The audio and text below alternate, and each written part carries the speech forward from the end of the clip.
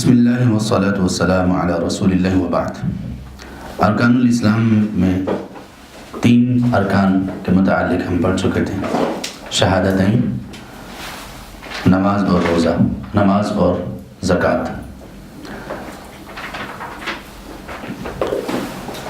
زکوٰۃ کا ہم پڑھ چکے تھے جی۔ نماز اور زکوٰۃ، قرآن میں آپ کو نماز اور زکوٰۃ کا اکٹھا ذکر ملے گا۔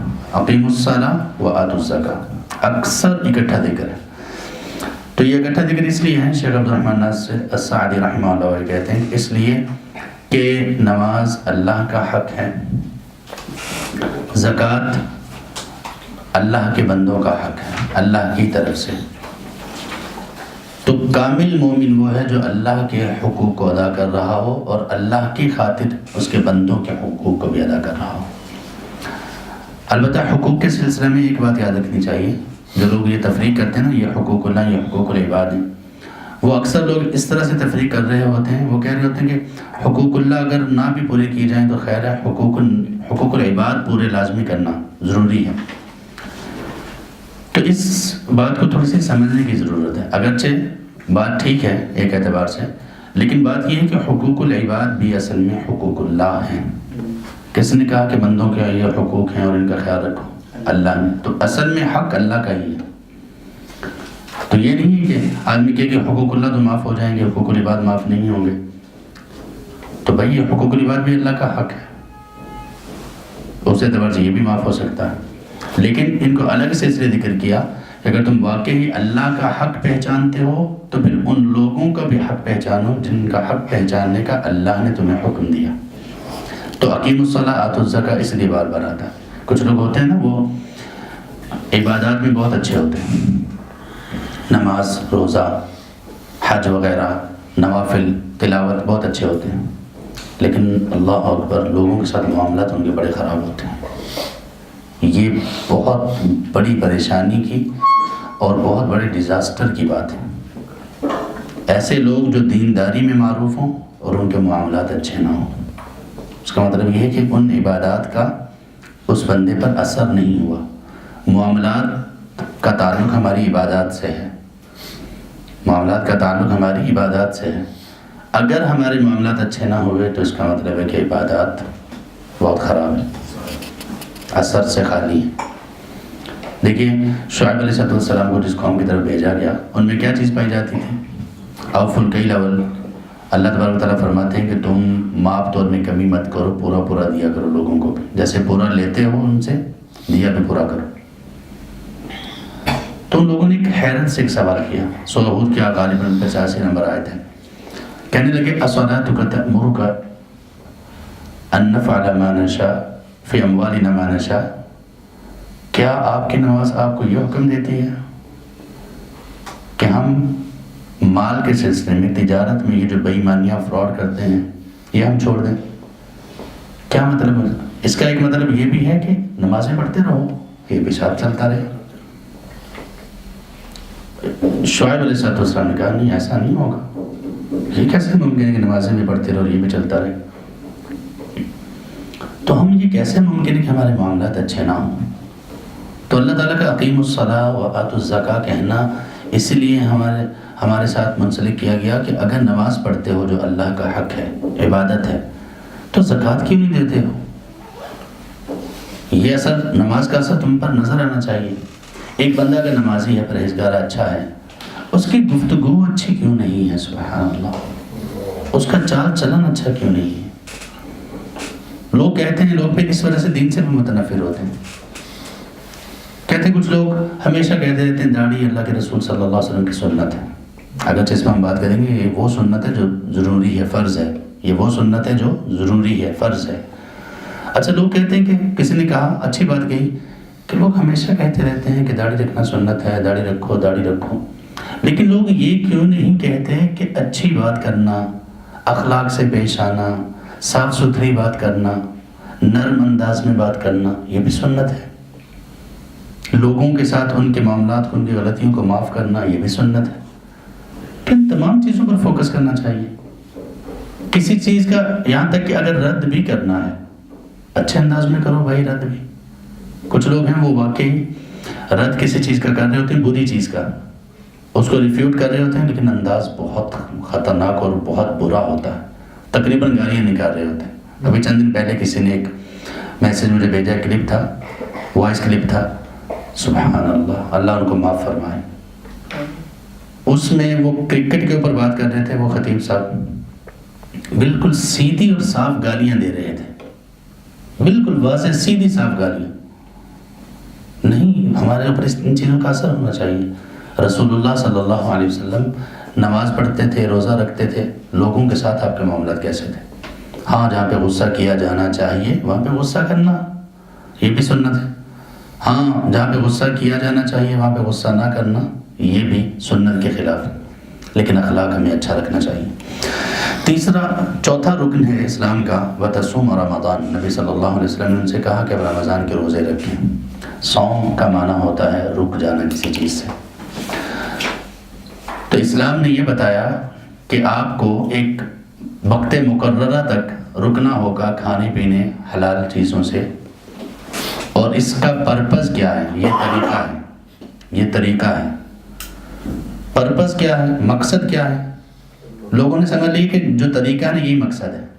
طریقہ کیا ہے کہ آپ نے صبح سے لے کر سحری کے بعد سے لے کر شام تک، سورج غروب ہونے تک کوئی چیز نہیں کھانی، یہ طریقہ ہے، مقصد یہ نہیں ہے۔ نہ کھانا، نہ پینا، نہ کوئی ایسی تعلقات کا قائم کرنا بیوی وغیرہ کے ساتھ، خاوند اور بیوی کا آپس میں، یہ طریقہ کار ہے۔ مقصد کیا ہے؟ لعلکم تتقون، تقوی پیدا ہوا، کہ تمہیں بتایا جا رہا ہے کہ جس اللہ کے لیے تم نے حلال چیزوں کو چھوڑ دیا وقتی طور پر، اس اللہ کے لیے پہلے سے حرام کرتا چیزوں کو کیسے کر سکتے ہو تم لوگ؟ یہ ریمائنڈر ہے، اس کے لیے یاد دہانی ہے۔ اس لیے اللہ کے رسول صلی اللہ علیہ وسلم نے ارشاد فرمایا، صحیح بخاری میں ہے، من لم يدع قول الزور والعمل به فليس لله حاجة في ان يدع طعامه وشرابه۔ جس بندے نے روزہ رکھنے کے باوجود جھوٹ کو نہ چھوڑا، جھوٹ پر عمل کو نہ چھوڑا، اللہ کو اس کا کھانا پینا چھوڑنے کی کوئی ضرورت نہیں ہے۔ کتنی واضح بات ہے۔ اور نبی صلی اللہ علیہ وسلم نے یہ فرمایا، کم من صائم، کتنے روزے دار ایسے ہوں گے وہ قیامت کے دن اپنے روزے کے مقابلے میں اجر و ثواب کی جگہ پر کیا لکھا ہوا پائیں گے؟ صرف بھوک اور پیاس۔ ان کو اور کچھ اجر نہیں ملے گا، بس بھوک اور پیاس۔ ان کو پتہ چلے گا کہ آپ کو آپ کے روزے سے جو بدلہ ملا ہے وہ بھوک اور پیاس ہے۔ تو روزہ اس لیے اللہ تبارک و تعالیٰ نے رکھا ہے کہ تم میں تقویٰ پیدا ہو، اور ہر ایک عبادت کا یہ مقصد بیان کیا تاکہ تم اللہ تبارک و تعالیٰ سے ڈر جاؤ۔ اور تقویٰ کا معنی کیا ہوتا ہے؟ یہ یاد رکھ لیجئے، تقویٰ کا معنی ہے کہ جو اللہ نے کہا وہ کیا جائے، جو اللہ نے کہا نہ کرو وہ نہ کیا جائے، یہ تقویٰ ہے۔ اللہ کی باتوں کو ماننا، کرنے والے کام کرنا اور نہ کرنے والے کام نہ کرنا، اس کو کہتے ہیں تقویٰ۔ تو رمضان کے روزے فرض ہیں، البتہ اس میں آسانی یہ ہے کہ جو لوگ نہیں رکھ سکتے وقتی طور پر وہ چھوڑ دیں، بعد میں پورے کر لیں۔ اس میں مختلف لوگ ہیں، مسافر ہے اگر روزہ نہیں رکھ سکتا تو وہ چھوڑ دیں۔ البتہ یہ ہے کہ جو مسافر جس کو سفر میں روزہ رکھنے کی وجہ سے مشقت کا سامنا نہ کرنا پڑے، اس کے لیے بہتر ہے کہ وہ روزہ رکھ لے، اور جس کو روزہ رکھنے کی وجہ سے مشقت کا سامنا کرنا پڑ رہا ہے اس کے لیے بہتر یہ کہ وہ روزہ چھوڑ دے۔ اسی طرح جو خواتین روزہ نہیں رکھ سکتی وہ روزہ نہیں رکھیں گے، لیکن بعد میں اس کو وہ پورا کر لیں گے۔ بعد میں ان کے پاس 1 سال اگلے رمضان تک ٹائم ہوتا ہے، اور ان کے لیے وہ پورا کرنا ضروری، لازم اور فرض ہے۔ اسی طرح کوئی آدمی رمضان میں بیمار ہو گیا، روزہ نہیں رکھ سکتا، وہ چھوڑ دے، بعد میں روزے رکھ لے۔ کوئی ایسا بیمار ہے وہ گرمی میں روزہ نہیں رکھ سکتا، واقعی وہ برداشت نہیں کر سکتا، وہ گرمی میں روزے چھوڑ دے، سردی میں رکھ لیں۔ ایسے جو لوگ ہیں جو کبھی بھی روزے نہیں رکھ سکتے، اللہ تعالیٰ معاف فرمائے، اللہ ہمیں عافیت اور صحت کی نعمت سے ہمیشہ نوازے رکھیں، ایمان کی سلامتی کے ساتھ۔ اگر ایسے کوئی لوگ ہیں، ایسی بیماری ہے کہ وہ کبھی بھی روزہ نہیں رکھ سکتے، تو وہ ہر ایک روزے کے بدلے میں ایک مسکین کو کھانا کھلا دیں، ہر روزے کے بدلے میں، تو یہ چیز انشاءاللہ ان کے لیے فدیہ ادا ہو جائے گا۔ رمضان کے روزے کے سلسلے میں، رمضان کا روزہ کیسے ٹوٹتا ہے؟ رمضان جس نے جان بوجھ کر روزہ چھوڑا ایک فرض، وہ زندگی بھر روزے رکھتا رہے پورا نہیں ہوگا، جان بوجھ کر چھوڑا. جیسے ہم نے نماز کے بارے میں بھی کہا تھا کہ نماز جس نے جان بوجھ کر ایک چھوڑی وہ کبھی اس کو پورا نہیں کر سکتا. ہاں البتہ یہ اور ہے، اس میں کچھ تھوڑی سی رخصت مل جاتی ہے کہ ظہر اگر کبھی اگر رہ گئی، عصر کے ساتھ ملا کر پڑھ لی تو انشاءاللہ اللہ تبارک و تعالیٰ معاف کرنے والے ہیں. مغرب کو عشاء کے ساتھ کبھی پڑھ لیا. لیکن ایک بندے نے جانتے بوجھتے بغیر کسی عذر کے نماز چھوڑ دی، وہ پوری زندگی بھی سجدے میں پڑا رہے، وہ فرض پورا نہیں ہو سکتا. ہاں اس کا ایک ہی طریقہ کہ اللہ سے سچی توبہ کرے تو انشاءاللہ اللہ تبارک و تعالیٰ معاف کر دیں گے. رمضان کے سلسلے میں یہ بات ہے کہ رمضان کے روزہ اس بندے کا ٹوٹتا ہے جو 3 چیزوں کے ہونے کے ساتھ وہ روزہ کو افطار کر رہا ہو. کوئی ایسا کام جس سے روزہ ٹوٹ جاتا ہے، اس میں 3 چیزوں کا ہونا ضروری ہے. پہلی چیز یہ کہ اس کو علم ہو کہ یہ اس سے روزہ ٹوٹتا ہے. اس کا کیا مطلب ہے؟ ایک بندے کو علم ہی نہیں ہے اور اس نے روزہ افطار کر لیا تو اس کا روزہ ٹوٹے گا نہیں. اس کی مثال یہ ہے کہ ایک آدمی نے دیکھا کہ سورج غروب ہو چکا ہے، اس نے روزہ افطار کر لیا، تھوڑی دیر کے بعد سورج دوبارہ آ گیا. وہ بادل کی وجہ سے تھا، سفر وغیرہ میں کبھی ایسا ہو جاتا ہے. اب اس بندے کا کیا روزہ ٹوٹ گیا، ختم ہو گیا؟ نہیں، یہ روزہ پورا کرے گا. کچھ فقہا نے کہا کہ اس کا روزہ اس کو قضا دینی چاہیے. شیخ ابن عثیمین رحمہ اللہ وغیرہ وہ فرماتے ہیں کہ کوئی قضا نہیں. اسلام نے جب آسانی دی ہے، تنگی کو اٹھایا ہے، تو کیوں تنگ کیا جا رہا ہے؟ اس کو پتہ ہی نہیں تھا. اسی طرح یہ پہلی چیز ہے. دوسری چیز یہ ہے کہ وہ چیز جس کی وجہ سے روزہ ٹوٹ رہا ہے وہ اس کو جانتے ہوئے یاد سے نہ کرے، یاد سے کرے.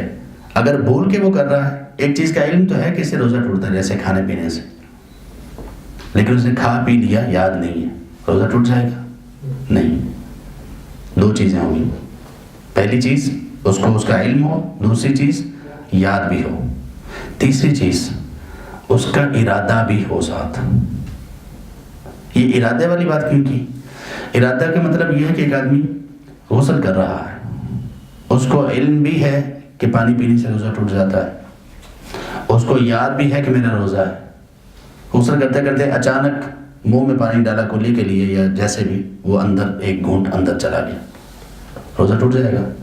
نہیں، ارادہ نہیں ہے اس کا.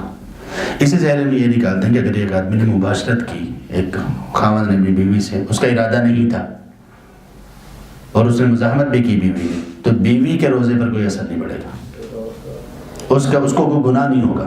اثر تو پڑے گا، گناہ نہیں ہوگا اس کو، کیونکہ اس کا ارادہ نہیں تھا. اس کو پتہ ہے کہ یہ ٹھیک نہیں ہے، یاد بھی تھا کہ روزہ ہے، لیکن وہ چونکہ اس کا خاوند ہے، اگر کچھ ایسا ہو رہا ہے تو وہ اس میں پھر اپنی کوشش کے بعد اس کو وہ قضائی دے لے. اس پر گناہ خاتون پر کوئی نہیں ہوگا، لیکن آدمی کو گناہ بھی ہوگا اور اس کو اس کے بدلے میں پھر روزے بھی لکھنا پڑیں گے 2 مہینے کے لگاتار. خاتون ہی رکھے گی صورت میں. اور اگر اس نے بھی ایسا ہی کیا، وہ بھی چاہ رہی تھی، تو پھر وہ بیوی بھی، اس کا بھی وہی کفارہ ہوگا جو کہ ایک مرد کا کفارہ ہے. تو اللہ تعالیٰ نے چیزیں کتنی آسان کر دی ہیں. روزے کے مقاصد میں سے، روزے سے جو چیز ہم سیکھ سکتے ہیں، ایک چیز یہ بھی سیکھ سکتے ہیں کہ بھوک یہ ایک آزمائش ہے جس سے اللہ نے ہمیں بچا رکھا ہے. عام طور پر شاید ہم اتنا بھوکا نہ رہتے ہیں، رہنا چاہیے، نفلی روزے رکھنے چاہیے ہمیں، اس کی عادت نہیں چھوڑنی چاہیے. یہ بھی ہمیشہ اچھے اور نیک لوگوں کی یہ عادت رہی ہے، بہترین عادت جو عبادت ہے. ہمیں روزے رکھتے رہنا چاہیے. اس کا ایک مقصد یہ بھی ہوتا ہے کہ ہمیں بھوک کا احساس ہو اور اس احساس کی وجہ سے ہم پر جو اللہ کی نعمت ہے اس کا پتہ چلے، اللہ کی نعمت کا پتہ چلے ہمیں کہ اللہ تعالیٰ نے سبحان اللہ ہمیں فقیر نہیں رکھا کہ ہمارے پاس کچھ کھانے کے لیے ہی نہ ہو. ایک چیز، اور اس بھوک کی وجہ سے ہمیں ان ہمارے بھائیوں کا اور ان لوگوں کا احساس ہو کہ جن لوگوں کے پاس کھانے کے لیے کچھ نہیں ہے بیچاروں کے پاس. اور کتنے لوگ ان میں ایسے بھی ہیں جو مسلمان بھی ہیں. ایک مفتی تھے، ان سے ایک سوال پوچھا گیا جس سوال نے ان مفتی صاحب کو رلا دیا. سوال کسی نے یہ پوچھا تھا کہ میرے تک سوال یہ پہنچا ہے، افریقہ میں رہنے والا تھا، کہ وہاں پہ کچھ جگہ پہ ایسے مسلمان بھی موجود ہیں. سوال ان کی طرف سے یہ ہے کہ ہمارے پاس سحری کرنے کے لیے بھی کچھ نہیں ہوتا، کھانے پینے دونوں میں، اور روزہ افطار کرنے کے لیے بھی کچھ نہیں ہوتا، تو کیا ہم نیت سے روزہ رکھ سکتے ہیں اور نیت سے افطار کر سکتے ہیں؟ اس ایک سوال نے رلا دیا ان کو. اب دیکھیں روزے کا ایک مقصد یہ بھی ہے کہ کتنا کھانا ہمارے پاس ہوتا ہے، سبحان اللہ. بھوک، ہم میں سے شاید کبھی کسی نے بھوک کا سامنا نہ کیا ہو، بھوکا وہ نہ سویا ہو، اس وجہ سے کہ اس کے پاس کھانے کو کچھ نہیں. اب ہم لوگوں کا اندازہ لگائیں کہ جو بیچارے کتنے لوگ ایسے ہیں جو بھوکے سوتے ہیں ایسے، جبکہ وہ لوگ حرام سے بھی بچتے ہیں. تو روزے سے ایک بات ہمیں یہ بھی سمجھ آنی چاہیے، ہم لوگ تو روزہ رکھتے ہیں، افطاری کا وقت ہوا کتنی چیزیں ہمارے لیے سج جاتی ہیں. اس وقت ہمیں یاد رکھنا چاہیے اپنے ان بھائیوں کو، اور پھر ان کو یاد کرنے کا کیا ہے، کم از کم ان کے لیے دعا تو کریں نا، اور ساتھ کوشش بھی کریں کہ ان تک بھی کچھ پہنچایا جائے. عبد الرحمن بن عوف رضی اللہ عنہ صحیح بخاری میں ہے، ایک مرتبہ کھانے میں افطاری میں ان کے خادم نے ان کے لیے افطاری کا سامان لگایا تو وہ بیٹھے اور رونا شروع ہو گئے. اتنا روئے کہ وہ کچھ بھی کھائے بغیر اٹھ گئے. ان کا کہ ہمارے بھائی، اپنے ان بھائیوں کو یاد کیا جو کہ شہید ہو چکے تھے، وہ صحابہ جو دنیا سے جا چکے تھے، ان کو یاد کیا، ان پر آنے والی مصیبتوں تنگیوں کو یاد کیا کہ کس طرح ان کے اوپر زندگی کتنی تنگ تھی، اور آج ہمارے لیے اتنی آسان ہو گئی ہے کہ اتنی چیزیں افطاری کے لیے پڑی ہوئی ہیں. یہ احساس ہے، تو یہ احساس، اسی کا نام تو زندگی ہے. یہ احساس تو ہمیں ہونا چاہیے. ہمارے عزیز و اقارب میں کون ایسا ہے جو یہ چیزیں نہیں لے سکتا، نہیں کھا سکتا، ان کے پاس کمی ہے، تو اس کا خیال رکھنا چاہیے. اس لیے تو نبی صلی اللہ علیہ وسلم نے فرمایا اطعموا الطعام افشوا السلام اطعموا الطعام وصلوا الارحام صلوا باللیل والناس نیام تدخلوا الجنة بسلام، رواه الترمذی. سلام عام کرو. عام کرنے کا مطلب بار بار کہو السلام علیکم السلام علیکم السلام علیکم، اور لوگوں کو کھانا کھلاؤ، اور رات کو تہجد کی نماز پڑھو جب کہ لوگ سوئے ہوئے ہوں. یہ کام کر لو، اور چوتھا کام رشتہ داریوں کو ملاؤ. یہ 4 کام کر لو، آسانی کے ساتھ جنت میں داخل ہو جاؤ گے. کیا مطلب؟ نہ حساب، نہ حساب، نہ کوئی ریکننگ، نہ کوئی اکاؤنٹیبلٹی، کچھ بھی نہیں. سبحان اللہ. تو کھانا کھلانا یہ بہت بڑی نعمت ہے، بہت بڑا اجر و ثواب ہے اس کا. تو روزے سے یہ چیزیں ہمیں حاصل ہوتی ہیں. ایک نبی صلی اللہ علیہ وسلم نے روزے کا یہ بھی فائدہ بتایا کہ الصوم جنۃ، یہ ڈال ہے، شیلڈ ہے. کس چیز سے بچاتی ہے؟ شیطان کے حملوں سے. پیٹ بھرا ہوا ہوتا ہے تو شیطان کا حملہ زیادہ ہوتا ہے. اسی طرح بندے کی شہوانی خواہشات کو کنٹرول کرتی ہے. اس لیے نبی صلی اللہ علیہ وسلم نے فرمایا یا معاشر الشباب من استطاع منکم الباء، تم میں سے جو شادی کی طاقت رکھتا ہے جسمانی طور پر بھی اور مالی طور پر بھی، فلیتزوج، وہ شادی کر لے. اور خاص طور پہ اس کے والدین کی طرف سے بھی ہو کہ ٹھیک ہے کر سکتے ہو، اس کو شادی کر لینی چاہیے. کیوں؟ فإنه أغض للبصر وأحصن للفرج، کہ یہ شادی کرنا اس کے نگاہوں کو جھکا دے گا، یعنی اللہ کی نافرمانی والی چیزیں نہیں دیکھے گا، اور اس کی عزت پاک دامنی شرمگاہ کو محفوظ کر دے گا برائی سے، بدکاری سے. اور آپ نے فرمایا جو طاقت نہیں رکھتا فعلیہ بالصوم فإنہ لہ وجاء، تو اس کو روزے رکھنے چاہیے، کیونکہ یہ روزے اس کو نگاہیں نیچی رکھنے اور اپنے آپ کی حفاظت کرنے میں مدد دیں گے. تو روزے کے بہت سارے فوائد ہیں. کچھ لوگ یہ کہتے ہیں اسلام میں داخل ہو جانے کے بعد اسلام کا علم نہ ہونے کی وجہ سے اسلام سے بیزار لوگ کہتے ہیں روزہ رکھنا رمضان تو وقت کا ضائع کرنا ہے. یہ رمضان کا جو مہینہ آتا ہے نا تو مسلمان بہت ہی زیادہ ڈاؤن ہو جاتے ہیں، اور یہ تو وقت کا ضیاع ہے. یہ واقع حقیقت میں کچھ مسلمان کہتے ہیں، اللہ ان کو معاف کرے. ان کو کیا پتا کہ کتنا اس میں تمہاری تربیت کی جا رہی ہے.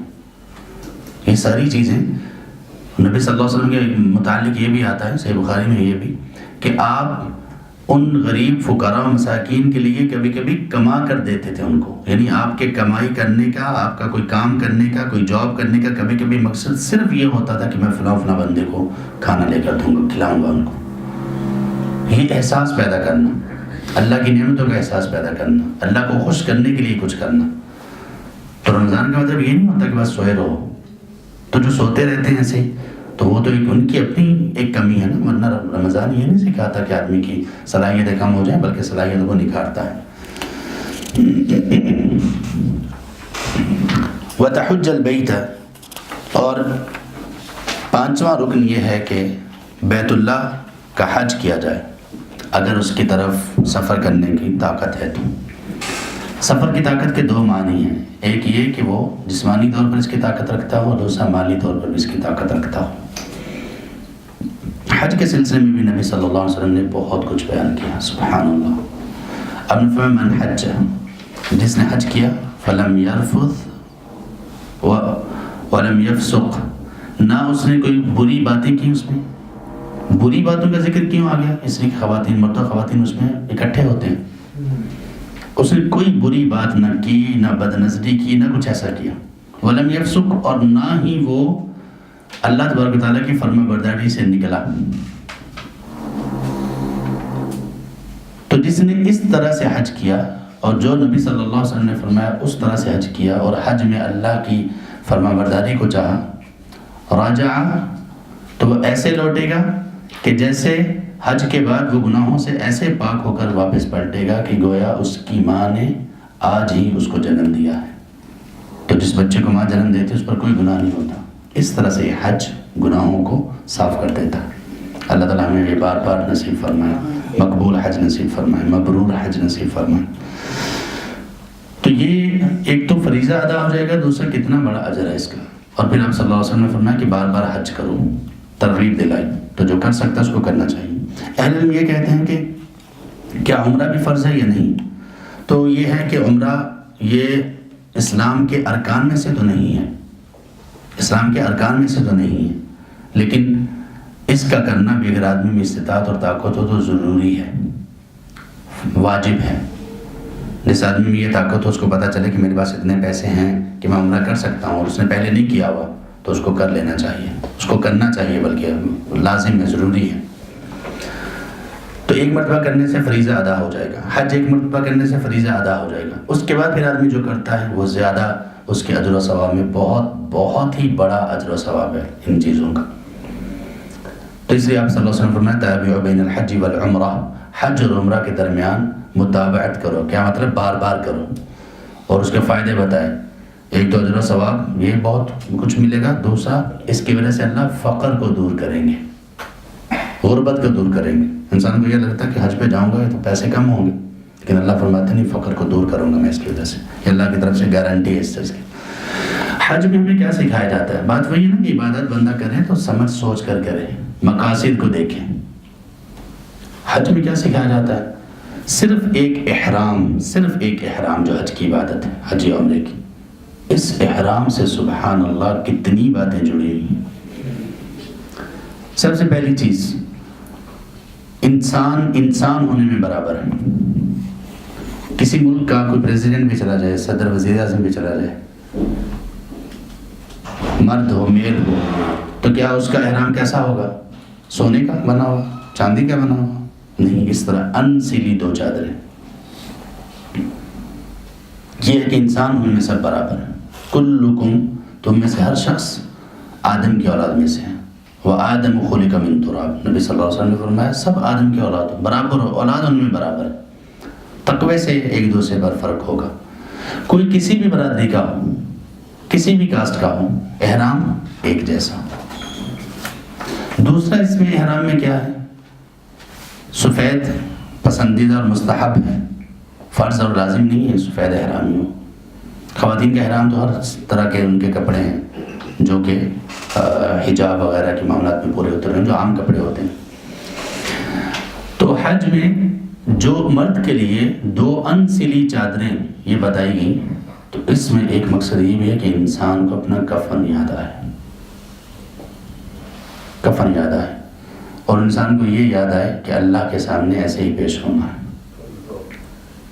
کفن کی بھی کوئی جیب نہیں ہے، احرام کی بھی کوئی جیب نہیں ہوتی، لگوائی جا سکتی ہے ایسے. اس کے لیے الگ سے وہ جیبوں کے لیے وہ آدمی لیتے ہیں.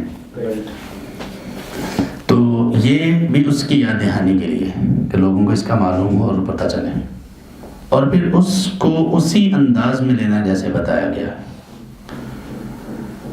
یہ احرام سے بات ہمیں سمجھ آتی ہے. اور حج سے اور کون سی بات سمجھ آتی ہے؟ جو تلبیہ ہے نا، لبیک اللہم لبیک لا شریک لک لبیک، سبحان اللہ. ہمارے پاس خیر انشاءاللہ کبھی حدیث میں حج یا عمرہ وغیرہ پڑھیں گے تو اس پر ڈسکس کریں گے. بہت لمبی باتیں ہیں، سبحان اللہ، بہت عجیب باتیں ہیں. تلبیہ میں ہمیں کتنا کچھ سکھا دیا گیا، اور سب سے بڑی تعلیم تلبیہ میں کیا ہے؟ توحید کی. کہ لوگوں اگر توحید نہیں ہے، اگر آپ کو عقیدے کا پتہ نہیں ہے، اللہ تبارک تعالیٰ کا ایک ہونا اس کا مطلب کیا ہے اس کا پتہ نہیں ہے، تو کون سا حج کرنے کے لیے آئے ہو؟ تلبیہ پر لوگ غور نہیں کرتے، بس الفاظ رٹے ہوئے ہوتے ہیں، وہ جا کر اسی طرح سے پڑھتے ہیں. اس لیے لوگوں کو حج کا مزہ نہیں آتا، حج کا وہ جو لطف ہے وہ نہیں آتا. سمجھ کر عبادات کا مطلب تو یہ کہ سمجھ سوچ کر کرو، اللہ کے لیے کر رہے. اسی طرح سے حج میں ایک درس یہ بھی دیا جاتا ہے کہ لوگوں کو تمہاری طرف سے کوئی تکلیف نہ پہنچے. نبی صلی اللہ علیہ وسلم نے فرمایا عمر رضی اللہ عنہ کو کہ تم بڑے طاقتور آدمی ہو، تو اس میں کچھ کمزور لوگ بھی ہوتے ہیں، ان کا خیال کرو. اسے دیکھیں حجر اسود اس کا بوسہ لینا یہ اچھی بات ہے، اجر کے لیے ہے، لیکن لوگ اس اجر کو بڑی مشکل اور سختی میں پڑھ کے خراب کرتے ہیں. بوسہ لینے والے اجر کو کیسے؟ اگر آپ بوسہ لینا یہ فرض نہیں ہے، لیکن لوگوں کو تکلیف سے بچانا ضروری اور فرض ہے، وہ کئی مشکل میں پڑ جاتے ہیں. رمضان میں اور حج کے دنوں میں تو کئی لوگ واقعی وہاں پر مرنے کے قریب ہو جاتے ہیں یا مر بھی جاتے ہیں اسی بوسہ لینے کے سلسلے میں. تو یہ ساری باتیں سبحان اللہ اللہ کے سامنے جب بار بار لبیک لبیک بھی کہا جا رہا ہوتا ہے تو یہ عقیدہ پیدا کیا جا رہا ہوتا ہے کہ آدمی کو یہ احساس ہو کہ ہم ہر وقت اللہ کے سامنے اللہ کی نگاہوں میں ہیں.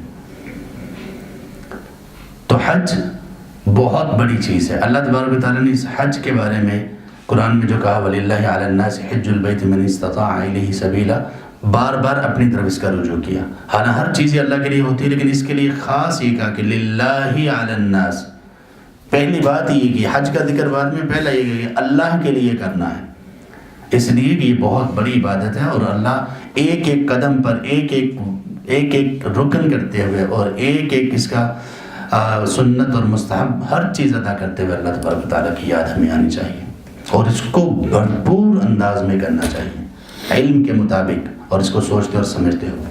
تو تب جا کر یہ چیز ہم نصیب ہوگی کہ ہمیں وہ حج مل جائے جس کا کہا گیا ہے. حج کے سلسلے میں یہ بھی ہے لبیک اللہم لبیک. کچھ لوگ یہ کہتے ہیں کہ آپ نے یہ کہا، آپ لوگ یہ کہتے ہیں کہ نیت زبان سے نہیں کی جاتی، تو حج کی نیت تو ہم زبان سے کرتے ہیں، ایسے ہی ہے نا؟ کیا جواب ہے اس کا؟ نبی صلی اللہ علیہ وسلم کی سنت ہمارے لیے. آپ نے کیا بتایا کہ نیت ایسے کرو؟ نہیں، یہ کہا کرو، مطلب کہنا ہے تو یہ نیت نہیں ہے. اہل علم یہ کہتے ہیں کہ یہ جو لبیک اللہم لبیک ہے یہ اسی طرح سے جیسے ہم نماز کے لیے کھڑے ہوتے وقت اللہ اکبر تکبیر تحریمہ کہتے ہیں، لیکن نیت تو ہے نا لبیک اللہ، وہ بھی ایک شعار ہے. لبیک اللہم لبیک اس کے بارے میں تو یہ تو تکبیر تحریمہ کی طرح ہے. ہاں وہ چیز جس میں نبی صلی اللہ علیہ وسلم نے اس کے بارے میں کہا کہ جو بندہ حج و عمرہ کرنے جا رہا ہو یہ کہے گا لبیک حجن اور لبیک عمرتن، تو کہتے ہیں یہ بھی شعار ہے، اس کا اظہار کرنا شعار ہے. نیت اس سے پہلے دل میں ہوگی. نیت دل کا نام ہی ہے، دل کے ارادے کا نام ہے. جو زبان پہ آگے اس کو نیت کہا ہی نہیں جاتا، تو اس لیے کہا جاتا ہے اہل علم یہ کہتے ہیں کہ یہ اس کی جگہ پر ہے، تکبیر تحریمہ کی طرح کی یہ چیز ہے. تو اس لیے اس کو نبی صلی اللہ علیہ وسلم نے ہمیں بتایا، اور جس طرح سے آپ نے بتایا اسی طرح سے کیا جائے گا. دوسری بات یہ اگر کسی کو نہ سمجھ آ رہی ہو یہ بات، تو یہ بات بہت اچھی ہے جو آپ نے بتائی کہ اللہ کے رسول صلی اللہ علیہ وسلم نے اس طرح سے سکھایا.